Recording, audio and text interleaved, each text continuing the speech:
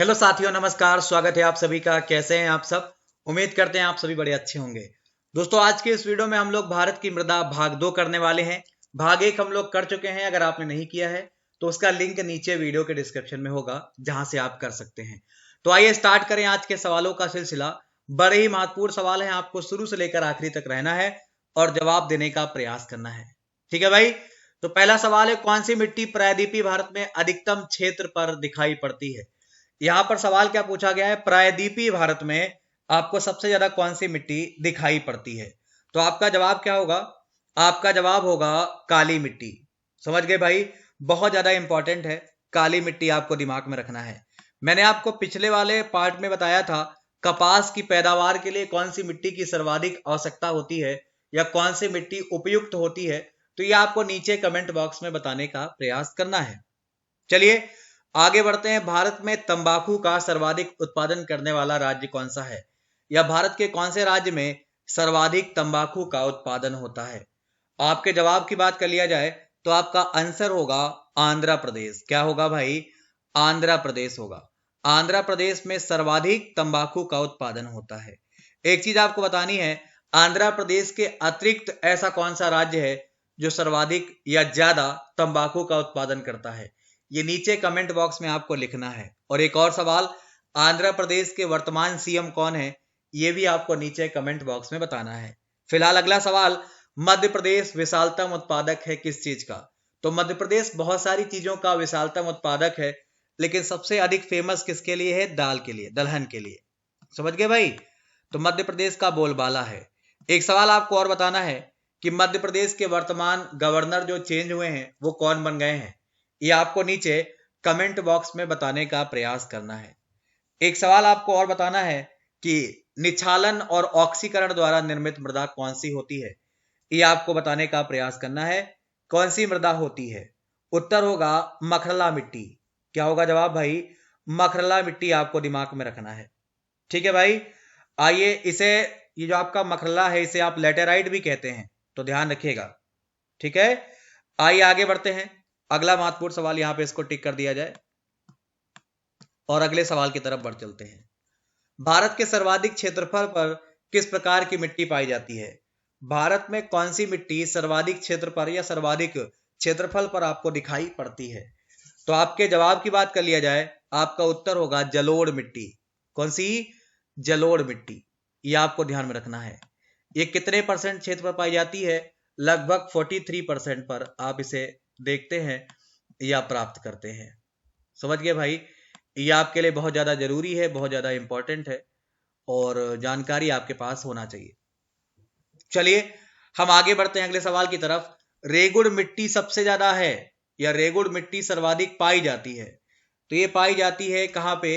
महाराष्ट्र में। मैंने आपको बताया था पिछले वाले सवाल में। ये आपको सर्वाधिक कहां दिखाई पड़ेगी? ये आपको सर्वाधिक महाराष्ट्र में दिखाई पड़ेगी। आपको बताना यह है कि महाराष्ट्र जनसंख्या में कौन से नंबर पे आता है, यह आपको बताना है। चलिए, आप काली या रेगुर मिट्टी जो होती है वो एक परिपक्व मिट्टी होती है जो मुख्यतया दक्षिणी प्रायद्वीपीय पठार के लावा क्षेत्र में पाई जाती है, जिनमें महाराष्ट्र और गुजरात में आपको ये सर्वाधिक दिखाई पड़ती है। समझ गए? असम की बराक घाटी किस फसल के लिए फेमस मानी जाती है? तो असम की जो बराक घाटी है वो चाय के उत्पादन के लिए बहुत ज्यादा फेमस मानी जाती है। एक सवाल आपको बताना है कि सर्वोत्तम चाय कहाँ की है? स्थान का नाम भी आपको लिखने का प्रयास करना है, तो जिनको आता हो वो बताने का प्रयास कर सकते हैं। ठीक है भाई? आइए अगले सवाल की तरफ बढ़ेंगे। किस फसल के लिए पानी की अधिक आवश्यकता होती है लेकिन जमाव की नहीं? ये आपके एग्जाम में बहुत बार पूछा गया है। उत्तर होगा चाय। क्या होगा भाई? चाय के लिए पानी की अधिक आवश्यकता होती है लेकिन जमाव की नहीं, जमे हुए पानी की नहीं। नेक्स्ट, मृदा अपरदन को रोका जा सकता है कैसे? क्या करें जिससे आप मृदा अपरदन को रोक सकते हैं? तो सर्वाधिक वन रोपण के द्वारा या वृक्षारोपण के द्वारा आप मृदा अपरदन को रोक सकते हैं। जितना ज्यादा वृक्ष लगा सकते हैं उतना आपका हित है। समझ गए भाई? इसके द्वारा आप क्या कर सकते हैं? मृदा अपरदन को रोक सकते हैं। तटीय मैदानों और उत्तर भारत के मैदानों में उत्कृष्ट मृदा कौन सी है? तो ध्यान रखिएगा, तटीय मैदानों या उत्तर भारत के मैदानों में उत्कृष्ट मृदा जो है वो आपकी जलोढ़ मिट्टी है। समझ गए भाई, जलोढ़। तो आप इसको दिमाग में सेट रखिएगा, ये आपके लिए बहुत ज्यादा जरूरी है। अगला सवाल रहेगा, किस राज्य में लैटेराइट मिट्टी सर्वाधिक पाई जाती है, या किस राज्य में लैटेराइट मृदा सबसे ज्यादा दिखाई पड़ती है? उत्तर होगा आपका केरला। क्या जवाब देंगे आप? केरला। बहुत ज्यादा इंपॉर्टेंट है। केरला के वर्तमान गवर्नर कौन है, ये आपको नीचे कमेंट बॉक्स में बताने का प्रयास करना है। समझ गए भाई, ये बहुत ज्यादा इंपॉर्टेंट है। आइए आगे बढ़ा जाए अगले सवाल की तरफ। नवीन जलोढ़ मिट्टी को और किस नाम से जानते हैं? नवीन जलोढ़ मिट्टी को खादर नाम से जाना जाता है। खादर भूमि का निचला मैदान या भाग है जहां हर साल बाढ़ का पानी नई जलोढ़ मिट्टी बिछा देता है, जिसके कारण अधिक उर्वर हो जाती है।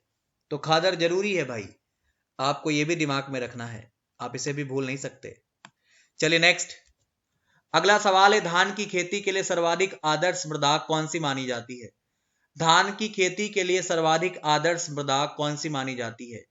तो आप इसे याद रखिएगा, ये आपका जलोढ़ मृदा होती है। कौन सी? जलोढ़ मिट्टी। एक सवाल आपको नीचे कमेंट बॉक्स में बताना है कि वैसे ये जलोढ़ मिट्टी किस राज्य में सर्वाधिक होती है? जलोढ़ मिट्टी का जो कहानी है वो किस राज्य में सर्वाधिक है, ये आपको नीचे कमेंट बॉक्स में बताने का प्रयास करना है। एक और सवाल आपको बताना है कि ये धान जो है वह किस राज्य में सबसे ज्यादा होता है, ये आपको बताने का प्रयास करना है। फिलहाल अगला सवाल है, पुरानी जलोढ़ मिट्टी को और किस नाम से जानते हैं? आपकी जो पुरानी जलोढ़ मिट्टी है इसे आप बांगर भी कहते हैं।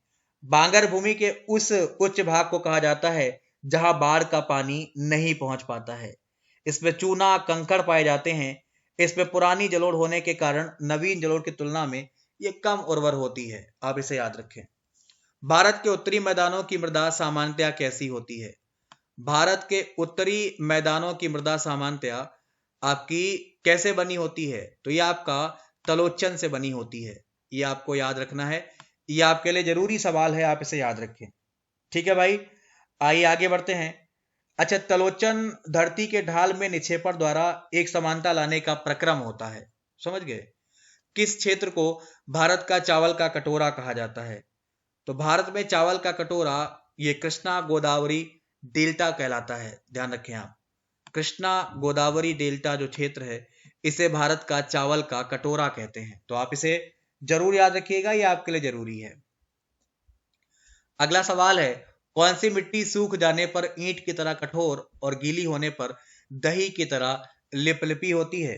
तो ये आपके लिए बड़ा इंपॉर्टेंट है। उत्तर होगा लैटेराइट मिट्टी। लैटेराइट मिट्टी सूख जाने पर ईंट की तरह कठोर हो जाती है और गीली होने पर दही की तरह लिपलिपी हो जाती है। जब वर्षा होती है तब इस मिट्टी से चूना पत्थर बहकर अलग हो जाते हैं, जिसके कारण यह मिट्टी सूखने पर लोहे के समान कड़ी हो जाती है। तो यह आपको याद होना चाहिए। हम लैटेराइट के विषय में बात कर रहे थे। अगला सवाल है, सबसे ज्यादा प्रोटीन किस में पाया जाता है? तो सबसे अधिक प्रोटीन सोयाबीन में पाया जाता है। सोयाबीन में प्रोटीन की मात्रा तकरीबन 42% होती है। एक सवाल आपने बताना है कि सोयाबीन भारत के किस राज्य में सबसे ज्यादा होता है, यह आपको नीचे कमेंट बॉक्स में बताना है।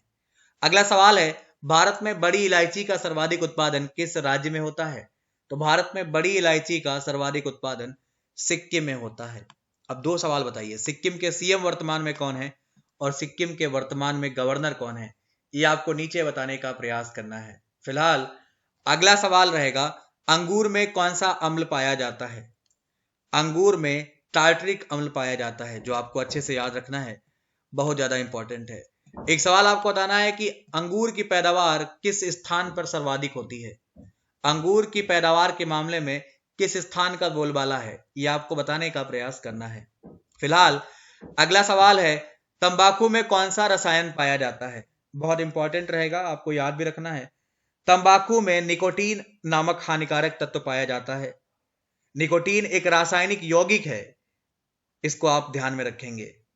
ठीक है भाई, आइए, तो निकोटीन आपका सही है। आंवले का सर्वाधिक उत्पादन किस राज्य में होता है? तो आंवले का सर्वाधिक उत्पादन उत्तर प्रदेश में होता है। उत्तर प्रदेश में एक जिला है प्रतापगढ़, जहां पर आंवले का उत्पादन बहुत ज्यादा मात्रा में होता है। अगला सवाल है, मसालों की रानी आप किसे कहते हैं? तो मसालों की रानी आप छोटी इलायची को कहते हैं। किसे कहते हो? मसालों की रानी आप छोटी इलायची को कहते हैं। भारत का कौन सा राज्य चाय का सबसे बड़ा उत्पादक राज्य माना जाता है? भारत का कौन सा राज्य है जो चाय का सबसे बड़ा उत्पादक राज्य कहा जाता है?